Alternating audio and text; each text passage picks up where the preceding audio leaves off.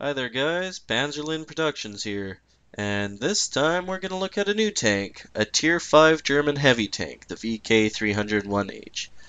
And, well, there's not much heavy about it, really.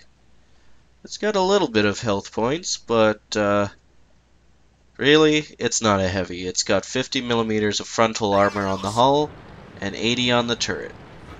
But let's just, speed things up here. It's not even that fast.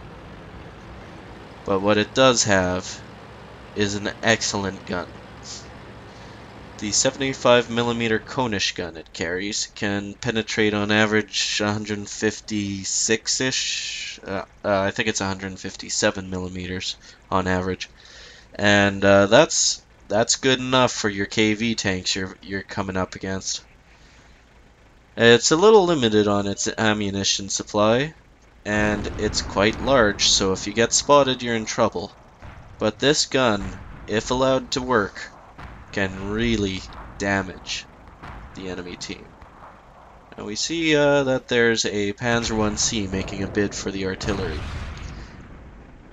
So I just do a little bit of pre-aiming here. Miss. We'll get him on the other side. Just back to... That's a hit. So we finished him off before he could find our artillery. The artillery should probably move just in case he got residually spotted, but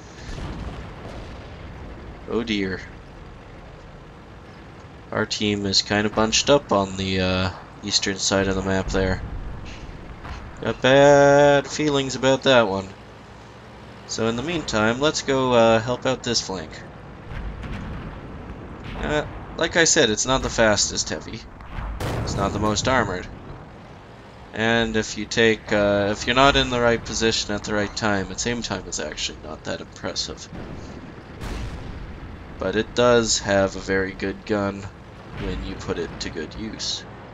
So, let's not miss the Sherman. That's embarrassing. But the rate of fire is quite high for a heavy. We put 2 in before he can get back into cover, and the T-14 finishes him off. And we've got a KV-1 here who's backed up. Quite dangerous.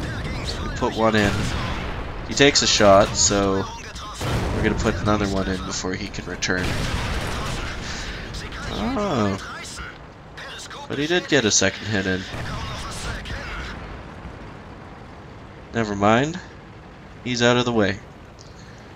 But that situation in the east has just gotten far worse. It's the artillery, and it looks like one light tank who's running for his life. So let's make our way back there and put this gun back to use.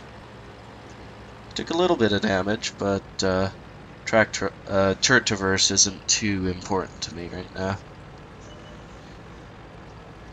And my main thought is get into a position while these guys are still alive and use their spotting to bring this gun to bear.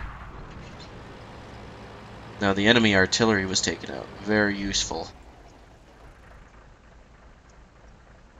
So let's just wait for him to poke out again. Come on. I know you want to.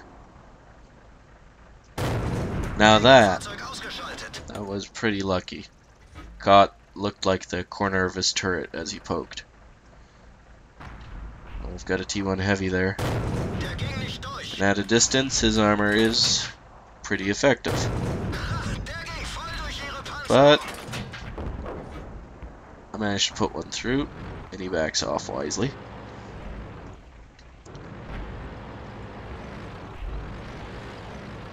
We're not in a good place here.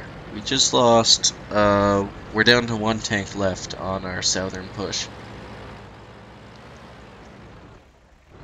We're losing 9 to 11. I mean 11 to 9. And, But the T-14 killed him. So we gotta try and target these guys. That's a miss. Our light tank's down, but the T-25 isn't going out without a fight. Put one in. And while I'm aiming at him, I'm looking at the light tank marauding our artillery's position. But I don't think he spotted him. The artillery's backing off. It's just me and the artillery. S-35. Very dangerous tank. So, we get into a new firing position. That one bounces. That one hits his turret and pens. That one also bounces. Running out of time. Another bounce. Loading the gold. I put him down. Unfortunately, there's no enemy artillery now to put me in a bad way, so decide to move and turtle up with the friendly artillery. See what I can do to help the Sexton out. And oh, that's not good.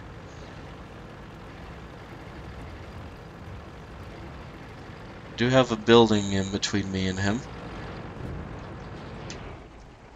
Let's see what we can do with this. See, I'm not so concerned about him. I'm concerned about the S-35. So I killed the T-80. Let's just back off. Now where are they going to come from? That Stug hasn't been spotted that I can remember.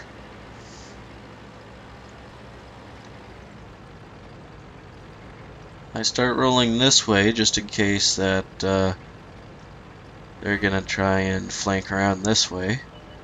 And there, oh shit, S-35, full health. And he takes out the Sexton.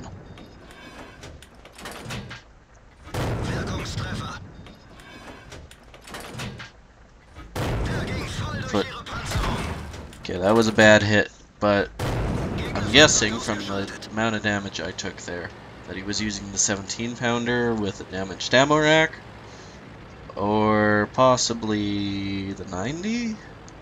Can it hold the 90? No, it doesn't hold the 90. I can't even remember that now. But he didn't kill me with the Alpha. That's the important bit. Now they're telling me the Stug is AFK. I'm not inclined to believe them, but I also don't want to like draw it out. I'm a pretty aggressive player and I'm sitting at 5 kills now. So I think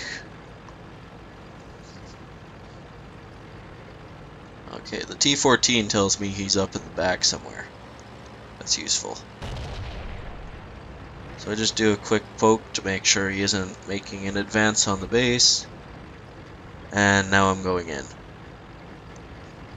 At this point, if he had rushed the base and tried to force a cap, I probably would have died trying to kill him. But let's speed things up until this point, where I'm slowly crawling around the edge of the map. I decide to stop here at this bush. There he is. It's the last German standing. So, as you can see, it's not exactly an armored tank, but the longer you stay alive with these sniper vehicles, the more fire you can bring down upon your enemies.